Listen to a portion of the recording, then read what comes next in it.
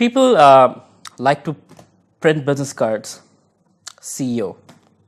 But really, one who is a successful CEO has quite a few things that are way beyond the average person's ability. And that's why they can lead a company and take the responsibilities and live with rejections and live with, not having weekends.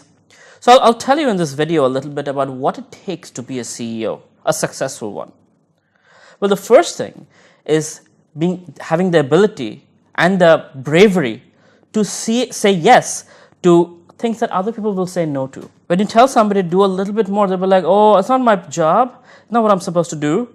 But what a CEO is, what nobody else wants, that's what you do. If 10 people are there and everybody's like, well, that's not my job, it's the CEO's job. So servant leadership, it's not just like, I'm the boss, you do what I tell you to do. That's not how it works. That's not how you get people to actually work for you. But the way you get people to work for you is by you doing the most amount of work, being the hardest and the toughest and the most excellent of all the other team members. That's how you lead.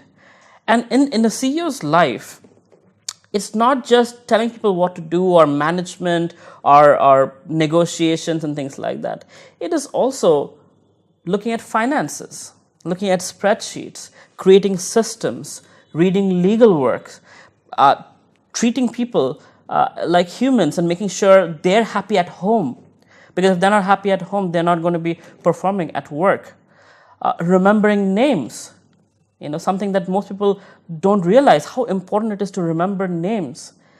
It's the most important word in a person's life is their own name. And when you call them and remember it and they hear this, people feel happy. A CEO is a person who networks, who recruits, who hires, who makes friends, who can later on become strategic partners.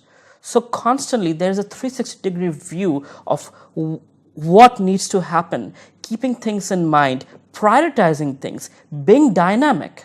That means that you wanted to do this for the last 7 days, you were planning on it, and just the last minute you have to do this because there is a fire or there's a problem. And it's totally okay with it. You do this with full enthusiasm, without regrets that, oh, I was preparing for this for 7 days. The unsuccessful CEOs are the ones who get stuck, who are, well, this was where my heart was set. I'm not doing this for whatever reason. No, the needs have changed. You got to switch. You got to be flexible. You got to be humble. Humility is a big part about being a CEO because you know what? Yes, there are people who will respect you out of fear or respect you because you're giving them money. But people really respect you when you act in your true nature. When you say, I don't know. When you say, you know what? I don't have the skills for it. When you acknowledge that you screwed up, that's humility. Humility is being truthful of who you really are. And that commands respect because everybody has problems. Everybody has weaknesses. Nobody's perfect. And as a leader, if you can exhibit that nature of you, that you know what, here is my weakness and here is my strength, and I choose to be strong on my strengths, and the things I don't know, I will delegate. So delegation is another part of being a CEO. A lot of times out of ego we think, I'll do this and this and that and nobody can do it better than me. This is harmful. Knowing to delegate is key to scaling a business. A lot of times entrepreneurs can start a business, but scaling is a whole different ball game. That's where people get frustrated, they lose out focus and they crash. Because scaling happens when you are prepared ahead of time. Because when people are demanding your product and you don't have the bandwidth to give it, that's when you crash. But if you prepare ahead of time to make yourself strong, to have a strong team, to have the right friendships who you will bring in forward, have a system in place that is replicable regardless of time, place and circumstance, etc., etc. These strategic moves prepare you for scaling. But the most important part is delegation. You might be better at doing certain things than other people, but you cannot afford to do all of those things by yourself. So you need to let people take over, own it, and be responsible. So what you do as a CEO is key performance indicator. You set milestones for them. That you know what, this is what I expect of you. You go above and beyond, you get a bonus.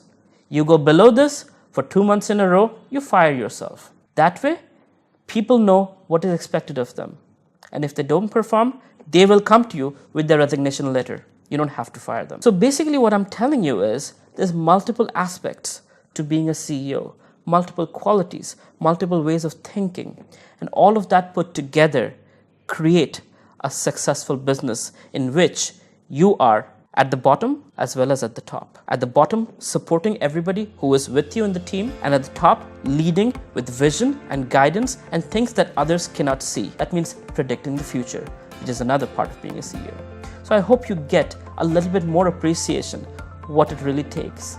It's not just printing a business card, but it takes way more than that to actually build a business that you can be proud of and create legacy.